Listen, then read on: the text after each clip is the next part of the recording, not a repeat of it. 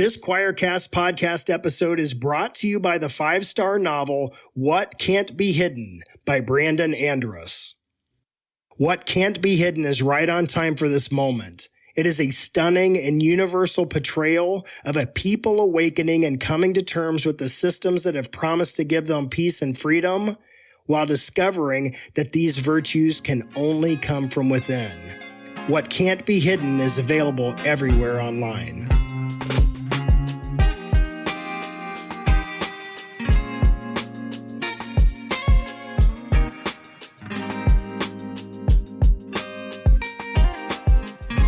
Okay, folks, thanks for being back on the podcast. It's so nice to have all you listeners. I mean, it's nice. It's nice whenever anyone listens to me. So it's great to have you back. And it's really, really nice today to have the Dr. Marjorie Suchocki with us, although she's already instructed me that it's okay for us to just to say Marjorie. So that's what we'll do. If you don't know Dr. Marjorie, goodness, I don't know where you've been. She's a leader in the open and relational process theological world, has been for quite some time, an author of multiple books, an important thinker if you're interested in things like nonviolence or prayer or compassion or a bunch of other things. She's taught at various universities, including, of course, Claremont Theological School. She's done a bunch of other things, and it's really, really nice to have her with us today. And our conversation partner. It's great to have Miss Shalene Kendrick back with us. And some of you by now have heard Shalene and I talk on another episode.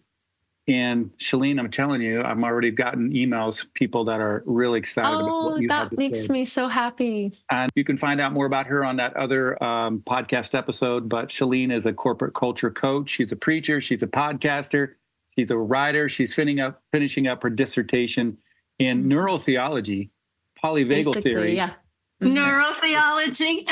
Oh, friend, it's everything. I laughed, Marjorie, when you said, you can just call me Marjorie. I've told all my family, if this doctorate doesn't kill me, you will all refer to me as Dr. Kendrick until the day that I die. Because I've never worked so hard for anything in my life. And now I understand they do not just give doctorates away.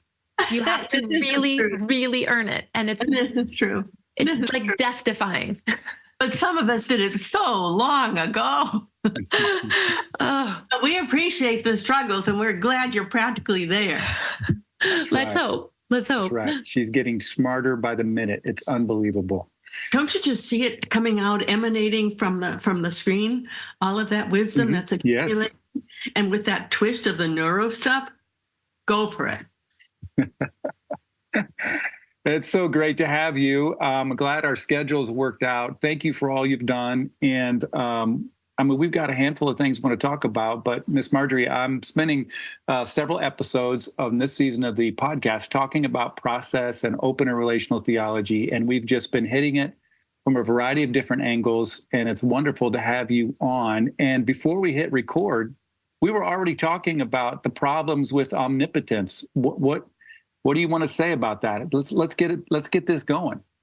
Well, omnipotence is a really stupid idea, because if God were omnipotent, we wouldn't have so much cruelty in the world. So if God is omnipotent and does nothing about it, then God is cruel.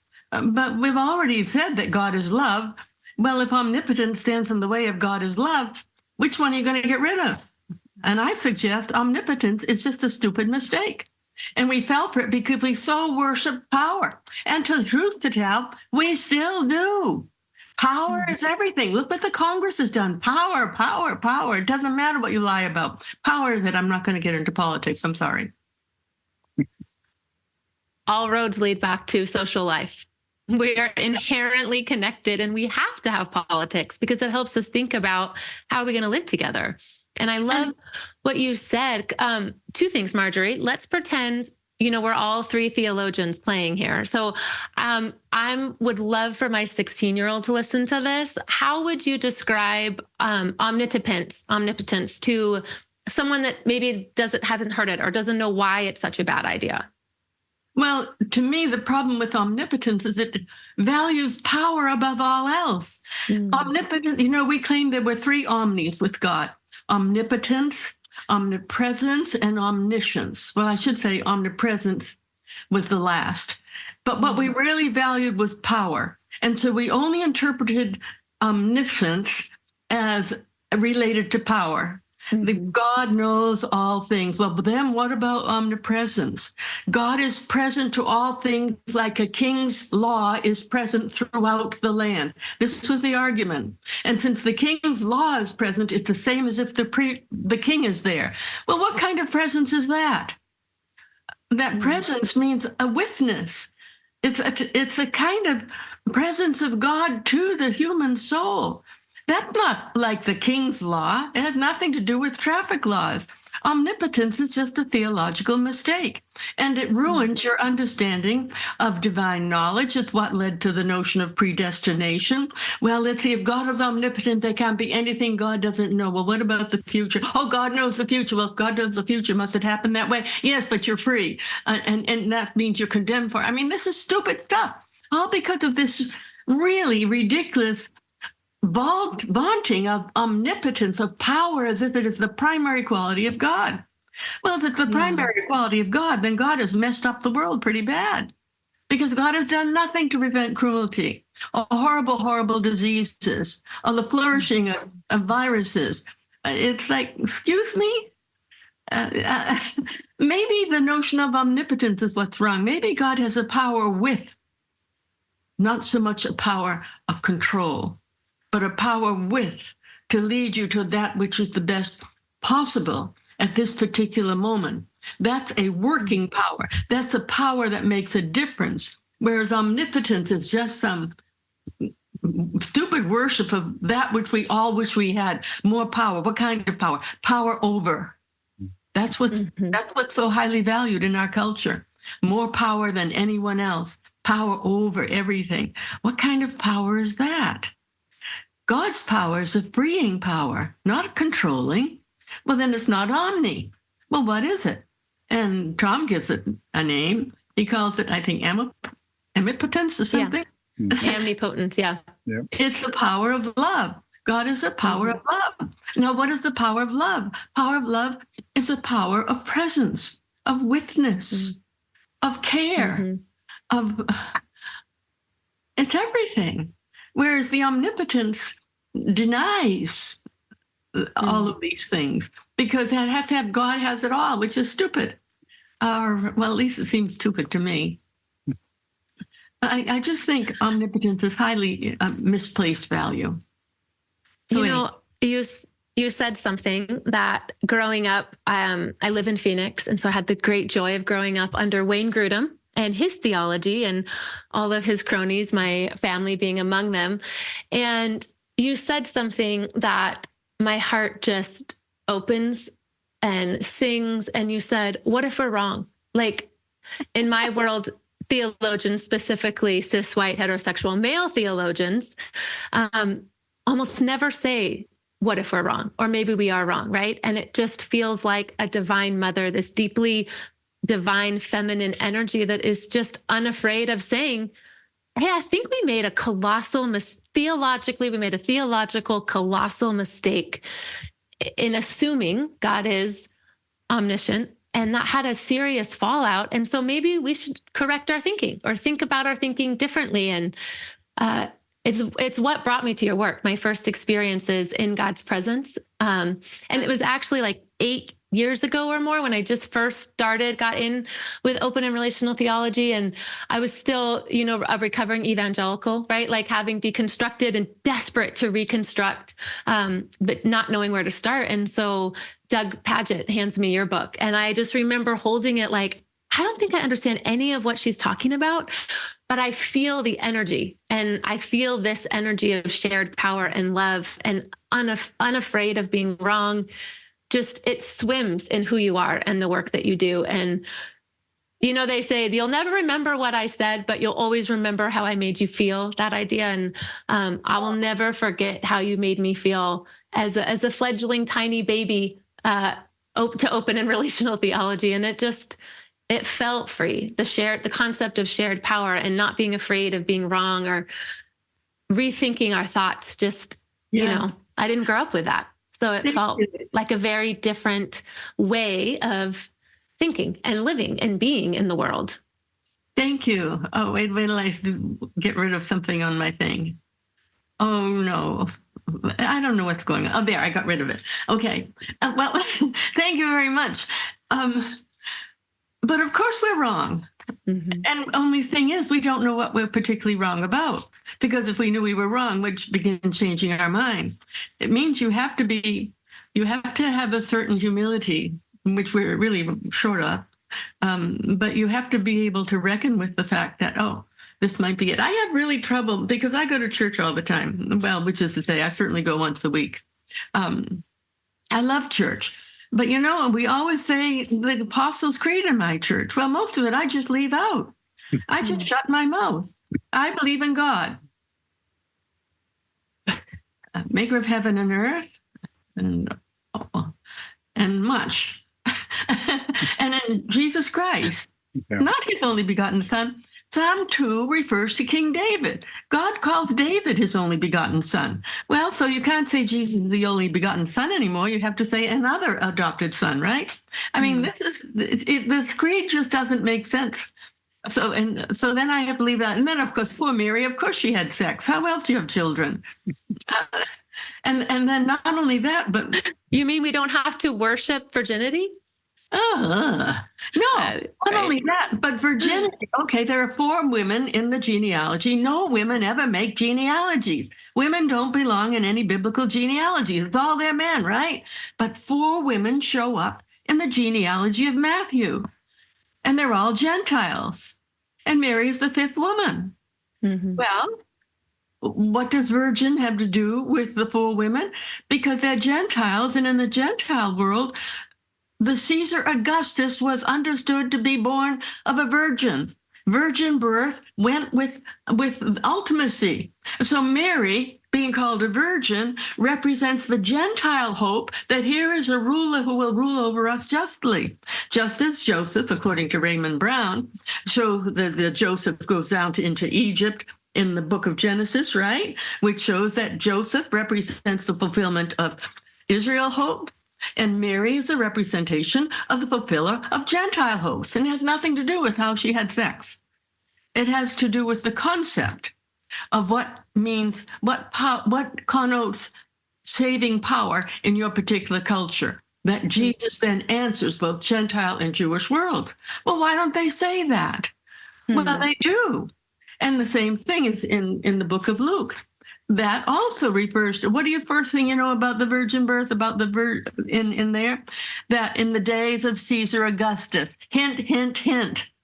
I mean, so anyhow, that's the only other place we have any sense of virgin birth, and it's connected with Gentile world.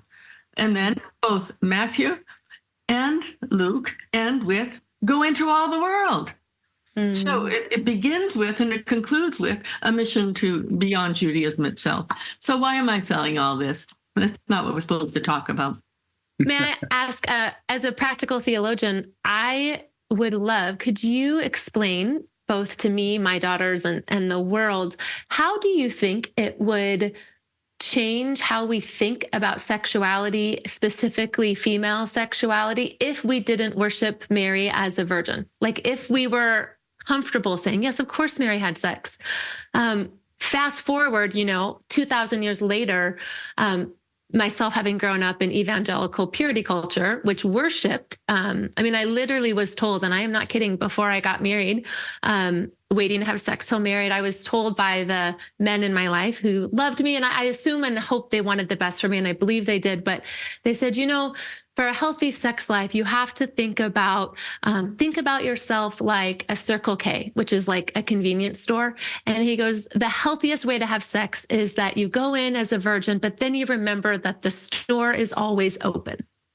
And I just remember thinking, did you just compare my vagina to a gas station?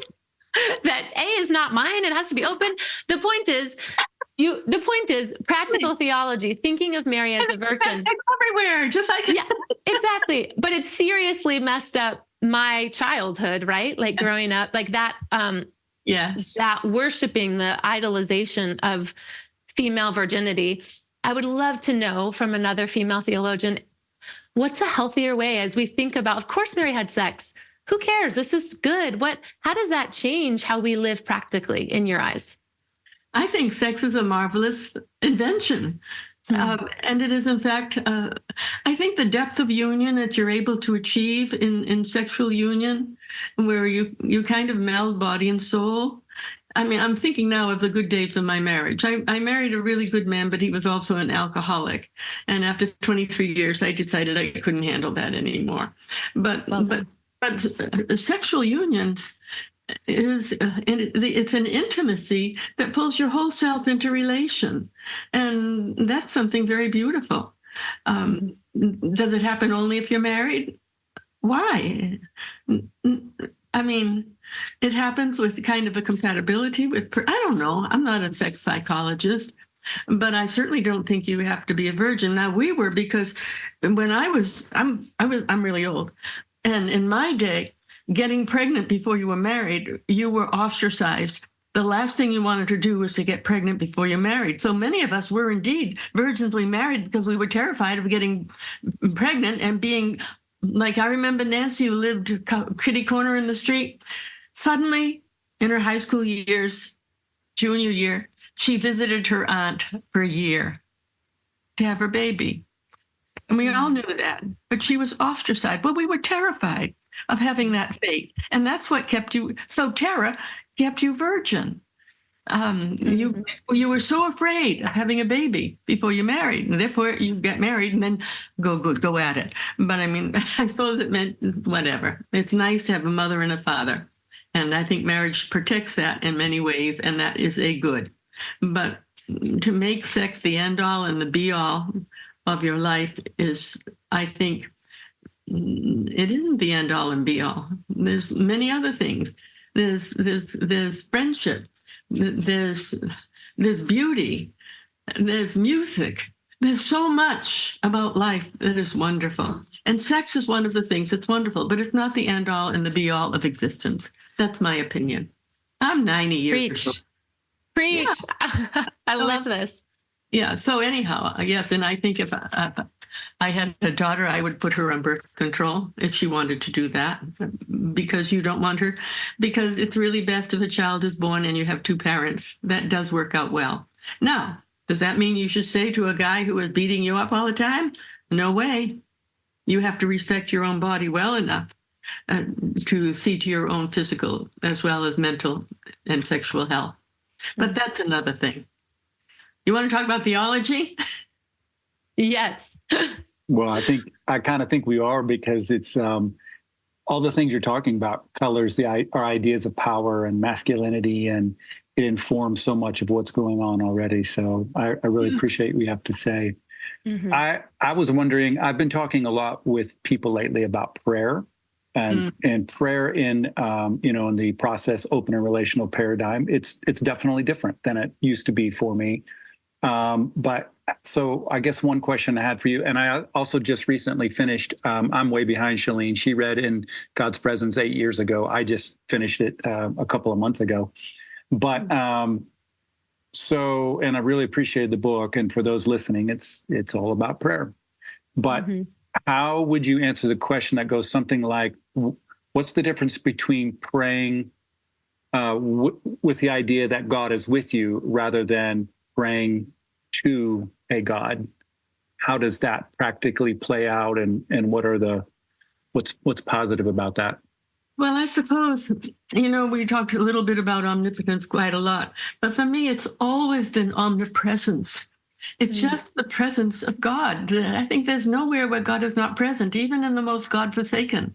And so it's not that you sort of pull God down to beside you. It's just that there's nowhere where you are not with God. And prayer is an acknowledgement of a presence that's always with you. Mm-hmm.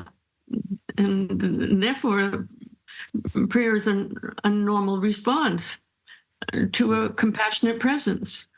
And so one prays. And you can pray in all manner of ways, of course. I love liturgical prayer. I'm a Methodist because I read John Wesley, but in my heart, I could be an Episcopalian because I love the rhythm of liturgical prayer. There's something beautiful about it. I love the Mass in B minor, which is nothing but one long prayer, right? John Sebastian Bach's great work. So prayer, I think, is interwoven with the omnipresence of God. And it's much more important than this notion of omnipotence. Why we ever thought omnipotence was something to make central to our theology seems to me to be incomprehensible. But divine presence. Okay, another book that was really important to me long, long ago was the little book by Brother Lawrence called In God's Presence. Oh, I loved that book. That's one of the best theology books ever written. And in the kitchen and the pots and pans, you don't need a sacred place is wherever God is, and God is omnipresent. That means you must revere. Now, somehow or other, I connected a lot with beauty. So is God present in ugliness? And you have to say, yes, there can't be any place where God is not. Well, then what is God in ugliness for? Well, well, you could make it nice and say for the transformation into beauty. Or sometimes you could just say it's a contradiction to the presence of God, because God is beauty. And therefore, maybe we should try to live in beauty. I think the Native Americans sort of have that right, to live in beauty and to notice beauty, because it's all around us. It really is, as a way of praising God. Now, does that mean ugly is out? Well, then I think I don't want to restrict beauty to that which is physically pleasing to the eyes. Obviously, music is also beauty, but I also think that love is beauty, that compassion is beauty, that caring is beauty. There are so many forms of beauty that we don't have to restrict it to the things that we see or the things that we hear. It's the act. Beauty is love in action, period. And God is present. So whatever.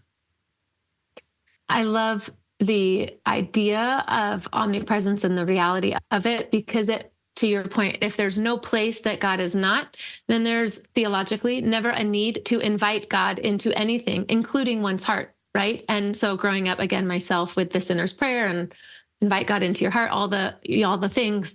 I love this true theology that is actually non-contradictory, right? That God is omnipresent in all places. So it's an oxymoron to think that you would invite God into your heart or into your life, because then the presupposition would be that God wasn't there. Yes, I think that's right. I think it's maybe acknowledging the presence of a God who is with, even in your heart. And it's the acknowledgement of that which is, not the making up. You don't make it happen that now because I said these magic words, now God is in my heart. No, these words may help you to recognize a presence that is given, and it's divine.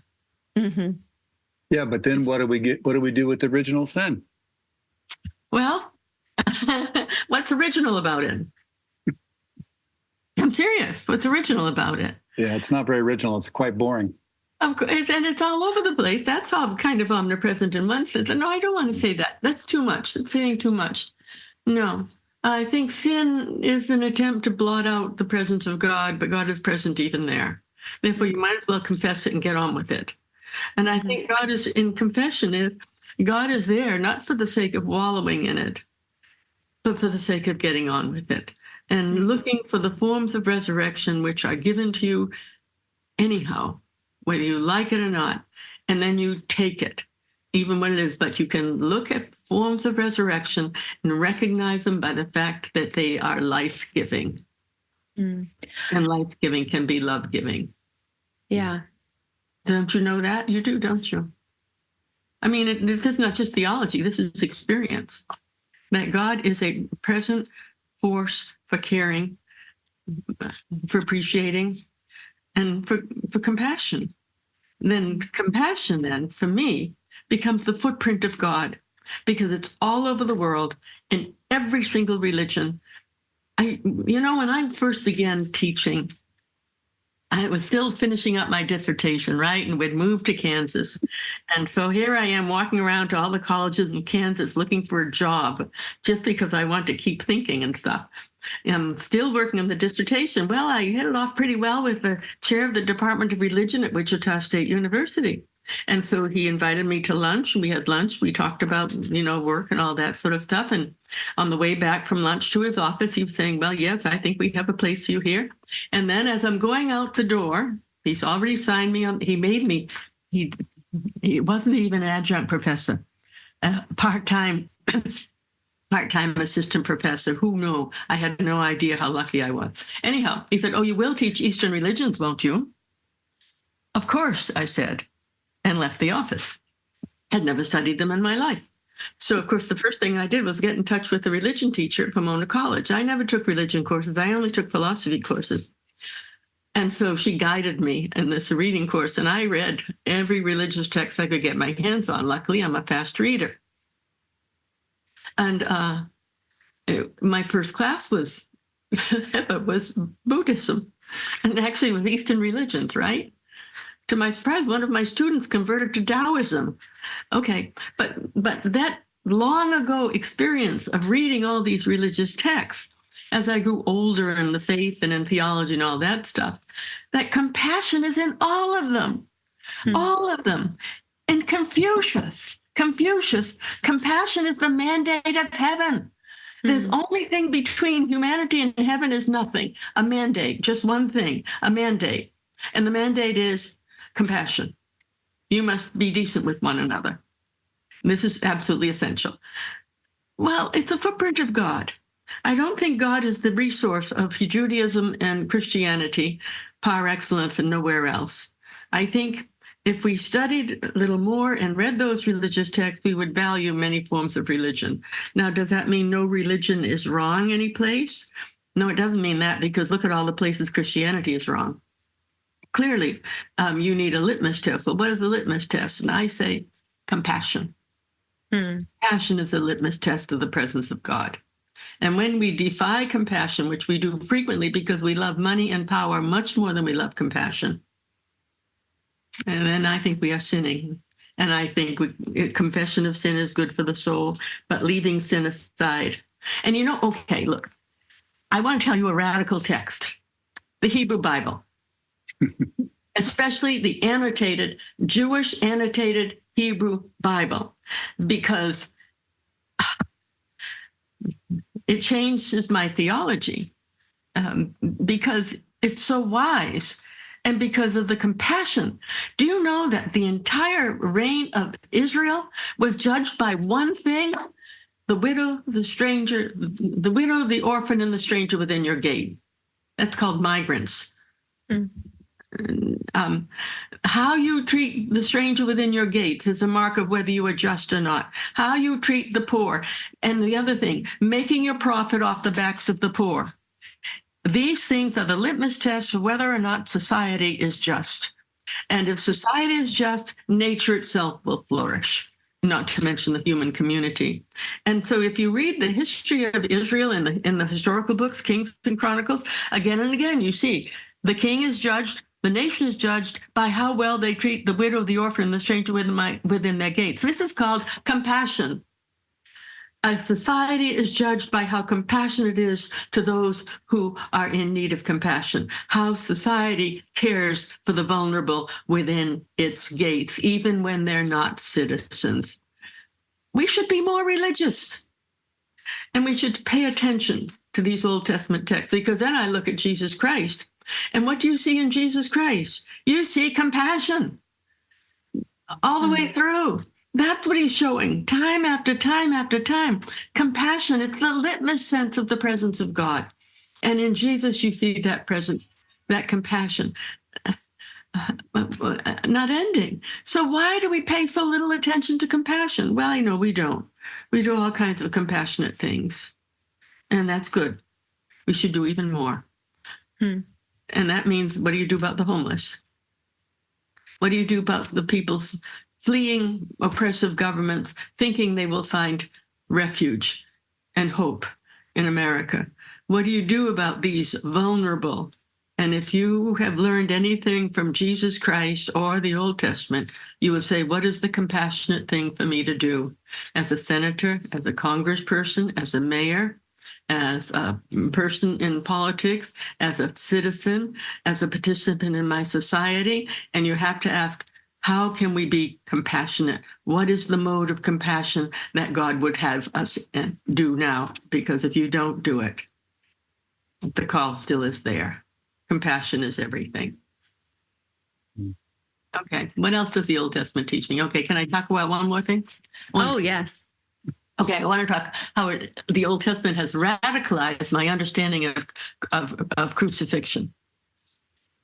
Now, then again, I have all that trouble saying everything in the creed. I just want to reinterpret it all, I suppose, because Jesus is crucified and we have the story of the crucifixion and resurrection. Well, when I read Psalm 22, it's the template.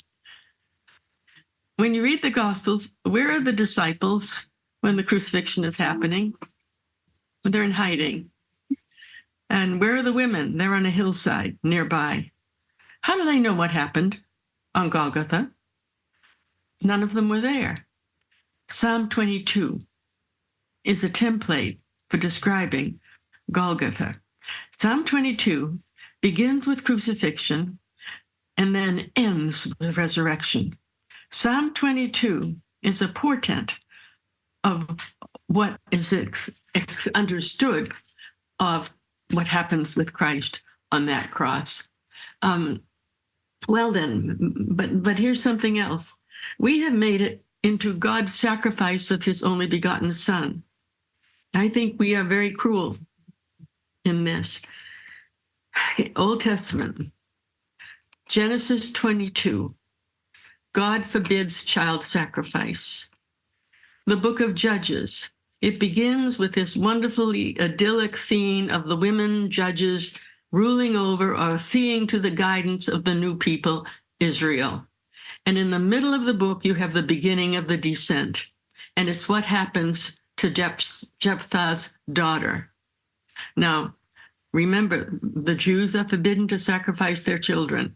One of the problems with Baal worship is that to show your devotion to Baal, you had to sacrifice your child on the altar. God says no.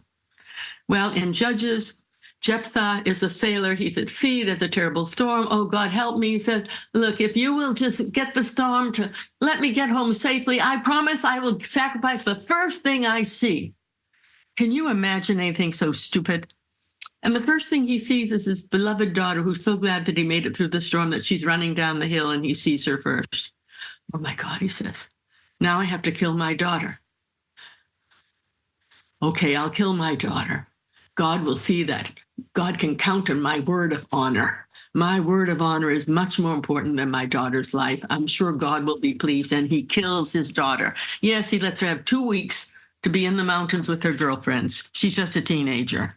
But he murders her to show God how he honors God. And that's the beginning of the end in the book of Judges. By the time you get to the end, it's the concubine who is thrown to the mob, who rape her to death all night, who is carved up into 13 pieces and sent off to the tribes of Israel to get them to war against vengeance. Is this good? No. Child sacrifice is not good. And so why then do we turn the death of Jesus on the cross into making God the ultimate child sacrificer of all time? The God who forbids child sacrifice does it, and we worship the death of his only son? How can we do this? But we do. And for 2,000 years, we still enshrine it, turning God into child sacrifice. So what does God do with this? Deals with us? Okay, that's how you want to see it. But that's not what God is. God does not approve of child sacrifice. I suppose the one good thing that happens out of that is, in a sense, okay, Jesus is crucified. What are the disciples going to make of that? What are the Greeks going to make of it? What are the Romans going to make of it? It's a sacrificial culture, all of them. All of them have sacrifices to their gods. right? Sacrifice of animals, birds, whatever, in the temple. Sacrifices of food, sacrifices of beasts in the Roman and the Greek temples. At least it does away with the sacrifice of flesh for God. Sacrifice disappears from worship. So the one transformative thing that God does by their interpretation of now God as the child sacrificer is no other sacrifice is ever necessary. We don't have to kill things to make God happy with us anymore. But isn't it weird that we felt we had to kill things to make God happy with us? Mm-hmm.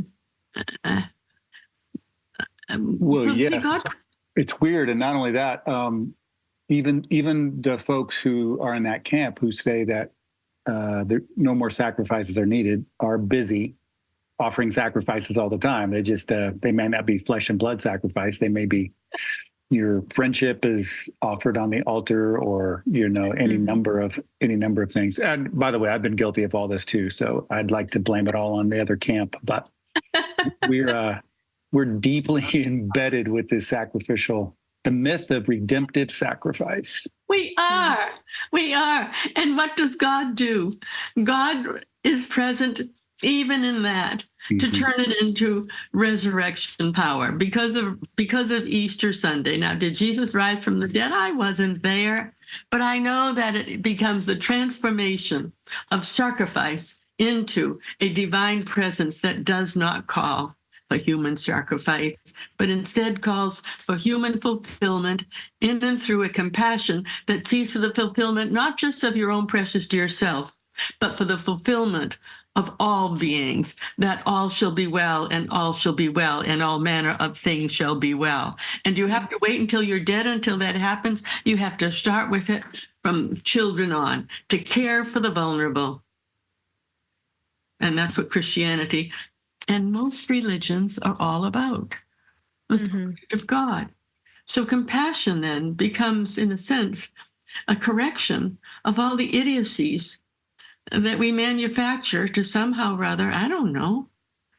I think mostly we're kind of crazy. So anyhow, I'm a heretic. Well, welcome. So are we. You were one long before us, so we get to join your camp now. Oh well. No, it was a study of the Tanakh that radicalized me. It's there when I read about how God is so adamantly against child sacrifice that I think, oh, wait a minute. And even like my only begotten son, no, David is the only begotten son. And now you can be another only begotten son, but I mean, the only is wrong. Or at least Psalm 2. It's the coronation hymn for David. He's now their king. This day you are my only begotten son. This day I have begotten thee. In a sense, Judaism becomes the only begotten son through David. Oh, well, anyhow. So you see, it messes all your theologies up. But what is the antidote? Be compassionate, be caring, and love God, and do as you please.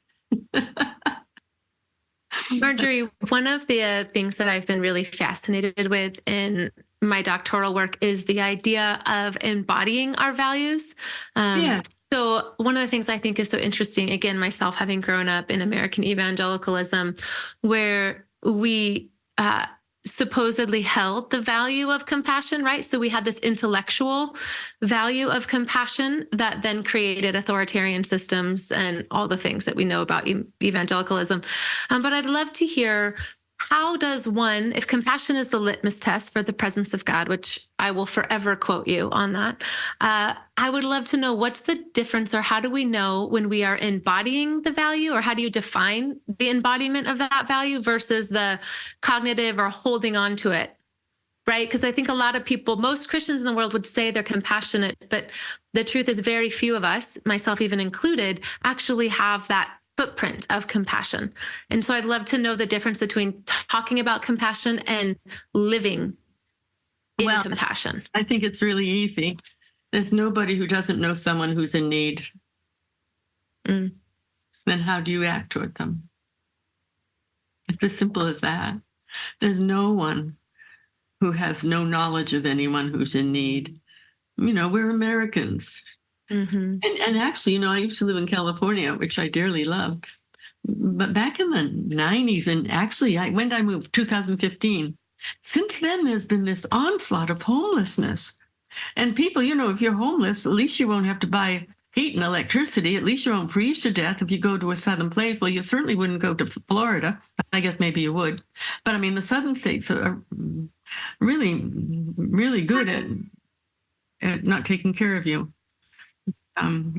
Anyhow, I live in a state that has the highest maternal death rate in the world, because they certainly wouldn't want to give help to poor women with some of the medical aid that now the government makes possible. Oh, no.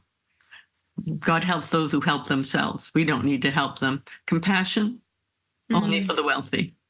I mean, it was crazy. But now the streets abound with homelessness. How are they going to take care of it? Well, they're trying. Then what do we do about it? We have to look and find, and everybody thinks, those callous Californians, and they're so mean to the homeless. But why are there so many homeless? What changed that made people lose their homes, that they couldn't pay rent, or if they paid rent, they couldn't eat? What happened to America that became the reigning economy? And so now, as citizens of America, we are responsible for the homeless people in the southern states, Florida and California in particular. You're from Arizona. Mm-hmm. It's not much better here. Well, here I'm now from Texas. We are cruel. We do our best to be cruel to the migrants. We treat them as pawns in culture wars. People are not pawns in culture wars, but we do that. So anyhow, compassion, unfortunately, there's more than enough need to go around. Now, let me take it closer to home. You know someone who is very needy, and they're kind of a pain because they're not really much fun. They are a test of your compassion. And I think there's always someone like that. They are a test of your compassion. I had one of my compassion people was Virginia. Virginia was a brilliant woman who actually had mental problems. Her mother had mental problems. And one of the problems with Virginia was she would talk unendingly. If I answered the phone and it was Virginia, I would be on the phone for an hour. Now, I like making necklaces. I have this little sideline I do. And so if I had time that I could spend an hour just putting necklaces together and just put her on speakerphone, because all you had to say was, uh-huh. You were never a conversation partner. You were a listener. So whenever I had time just to sit there and make beads and she called, I would always answer the phone. She was a lot younger than me, and I've known her since the 70s. So that's a long time. And watched the dissolution. She had a medical degree, but medical degrees don't care if your brain is sick. Anyhow, so if I didn't have time to listen to her, I wouldn't answer the phone. And so the last time I didn't answer the phone, I was running out of the house. Now, she's a good deal younger than me. I'm 90, and she would maybe be in her early 70s. The next day, I got a phone call from her landlord. Virginia had died the day before, and that was the day I didn't answer the phone. Now, if you don't think, I haven't confessed the sin, but how did I know she was dying? I didn't answer the phone. And it was her dying day. So we mess up with our compassion, right? But in your life and in your life and in whoever's listening to this, there is someone who is not always very happily present to you because they are a drain on your spirit or something or other. You are called to be compassionate in as best a way as you can. Does that mean you should be a doormat? No, but you know what? Maybe you should answer the phone. So that was one of my failures of compassion. And I confess it as a sin. I didn't answer the phone. Anyhow, she died that afternoon. This was maybe 11 o'clock in the morning. I was dashing out the door. I just didn't answer it. Let it ring. Oh, well. So there's always someone around. You can think in the big picture of compassion. Why is America a place that now people are homeless? How is it that people have to choose between paying the rent and buying food? What can we do about this politically? Does it mean you have to give to every single phone call, every single request for another $5? We get requests from everybody around the world. I can't do all of them. So I choose to support the people who are in my own Texas, I guess. I don't support the Senate candidates in other places. And I know if I were rich, maybe I would, but I'm not. And so I don't. But anyhow, there's no end of need for compassion. And I bet you could name a few people already, except I don't want you to do this out loud. But I want you to think about it. There's someone in your sphere of influence who needs compassion. And whatever that form is, you are honor bound by the presence of God to be compassionate. Footprint of God. That's really nice. Thank you for saying that. In a way, you're answering Shalene's question. The way you're answering it makes me think that part of the reason, the difference between the cognitive and the embodiment is just the discipline and the courage to embrace it, and it's just harder. It just takes more time, and it's a vulnerable move, and it's all connected with this power stuff too. Which makes me think of Jesus, who was so good at all of this. So, Dr. Marjorie, can I ask you, what does Jesus mean to you? He is the embodiment of compassion, except for the time he blasted the poor fig tree. And the Syrophoenician woman. But he ended up helping. Yeah, after she put him in his place. I love her. That is a woman. She's like, oh, hell no, you're not going to treat me like that. I'm going to advocate for my own dignity. And I love that she did. And he turned around and he's like, because of your great faith. Yes. I was being a bit of a jerk, me, Jesus. Yes. So yes. Isn't that an example? Sometimes we make mistakes. Yeah. Even Jesus showed what to do about that. Be compassionate anyhow. Mm-hmm. Yeah. And change your mind. Like, I love that her assertion of her own dignity, the compassion she had for herself when Jesus did not give it to her, that even, the quote unquote son of God, or whoever we want to call Jesus, that, he made a colossal mistake. And I love that she's like, no. And so, he changed his mind. So it was a Syrophoenician woman and the fig tree. And the fig tree. The figs weren't even in season. What in God's name is he doing? He was spiteful. Oh, well, he was human. It's true. I think I so appreciate that. Again, growing up in a world that is desperate for Jesus to have been perfect, but specifically the Neoplatonic form of perfect, where it makes Jesus so much more perfect for me to see all of the times that he made mistakes and was willing to correct himself and or be corrected by the other humans around him. And that, to me, that shows the embodiment of compassion and humility. Yes. Yes, I think so too. He becomes, in a sense, a savior by example, even when he messes up. Mm-hmm.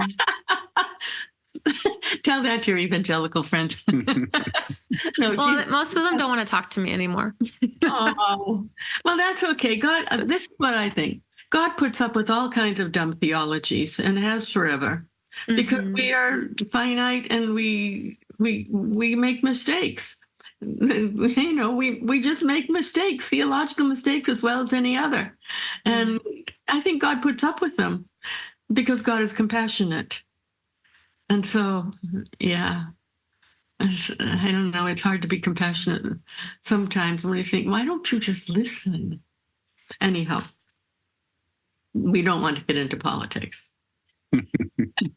Well, you keep saying that, but I don't know. Seems like we are kind of already. But Well, I am. When you think about what is different in America, But now people have to choose between paying the rent and buying groceries. And what can I do about that? Yeah. Mm-hmm. What's my responsibility as a citizen? Just to chide California for being out of luck because all the people go there because at least they won't freeze to death in winter? You know, I was in Washington, D.C. in the 1980s, and Reagan emptied St. Elizabeth's Hospital. It was a drain on the finances of the city or something or other. And that was the first time people slept on the grates of the subways downtown. You had to be careful because someone was sleeping on the grate. And it was because there was no longer any sanctuary for them. Now, was St. Elizabeth's Hospital well run? How do I know? But they were fed and they were warm. And they weren't sleeping on grates. And maybe they preferred sleeping on grates. I don't know. But then how about being compassionate to the point of making St. Elizabeth's Hospital a caring place to be and not just a dump for you to put your refuse in? So we are responsible for a lot of things. If you take compassion seriously, it enters into every phase of your life and calls on you to be a child of God in all these places. The end. Well, I love that. And I know we're pushing about an hour. So, Shalene, you got any last things you want to throw at the good Dr. Marjorie? My only last thing, I would love to hear your thoughts on the difference, if any, between empathy and compassion. How do those two things play together for you? Well, to me, compassion is doing something about the empathy. It's a more of an active. Yeah. It's answering the damn phone because I know it's Virginia on the line. And yeah. Now, on the one hand, I'll say, who has that much time to make all those beads? I do, but I didn't have it then. At least I could say, hi, Virginia, I'm on my way out the door. Do you need anything fast? She never needed anything fast. She needed an hour of talk time. It was never conversation. It was just, please listen to me. And then she would talk incessantly.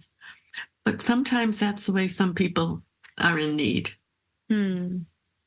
I once heard that compassion is empathy in action. And I love that thought alongside of yours. Compassion is doing the empathy. And that's empathy in action. That's quite right. Empathy doesn't call on you immediately. That's feeling with, and then, that's too bad. But compassion it's feeling with and how can I help? And then you just the people that you know who need compassion, and then give what compassion you can. And churches, one of the things I like about my church is there's a food pantry in the little town of Roanoke. I used to live in a town. I sold my house and I live in an apartment now in a place called Grapevine. Anyhow, our church, our pastor makes a big deal of filling up this red cart with things that the pantry had said they need these things right now. And he has so pushed that now several times a week, the high schoolers have to take that cart over to the food pantry and unload it. Because there are people in this community who have to figure out whether to pay the rent or eat food. And the food pantry says they pay the rent, so they still have a house. But look, they still have food. Compassion is empathy in action. And I'm proud to be a member of a Methodist church that is compassionate. And that's important. That's the gospel. Why isn't that the essence of the gospel? It's the footprint of God. And you are bound to be God's footprint. Stomp on me, God. Make me compassionate. Yeah. Oh, I love that. Compassion is the gospel. That is empathy in action might actually be good news for all the world. Yes. Funny that. And then it looks for the form of action that will address this particular need. Yeah, I love that. Yeah. So, yeah. Well, let us hope for good things and do our best to make them happen. That's right. Let us hope and do our best. And that's what we did today. We hoped that we could talk with you, and then we got on the phone, and now we've done our best. And I almost wished you hadn't have said that you were 90, because I know listeners who haven't heard from you, they would have never guessed you were that mature, because you sound so young. And by the way, you look so young. But I know listeners. It's a glorious thing to be 90. I took 3 friends. I hornswoggled 3 friends into going to New York City for a week of fun. And so we did that in October. My birthday is in August, but it's too hot in New York City in August. So we went in October. We had a marvelous time. I love being 90. It was a thrill. It is a thrill. That's amazing. Awesome. That's awesome. With any luck at all, you too will get to be the amazing age of 90. I want to be Marjorie when I grow up. Oh, be 90. It's getting closer every day. It doesn't sound as old as it This is true. It's closer every day. That's right. Yeah. Yeah, but I don't need to be 100. I want to die sometime in my 90s. So 95 sounds good. But look, I got to see the eclipse. Can you believe it? Yeah. 4-minute eclipse in totality in Texas. That's amazing. Oh, it is amazing. Oh, it was wonderful. And you think, oh God, what a planet you have created. Wow, it's marvelous. Okay, kids, I think we should go. Okay. Well, thank you so much. Thank you for having me. Absolutely. Thank you so much. And I'll let you know when this goes live. It'll be a few weeks, but really appreciate it. Okay, that's good. I hope it works. All right, Don. I'm so glad to have met you both. This is really Likewise. Absolutely. Take care. Okay. Have a nice life.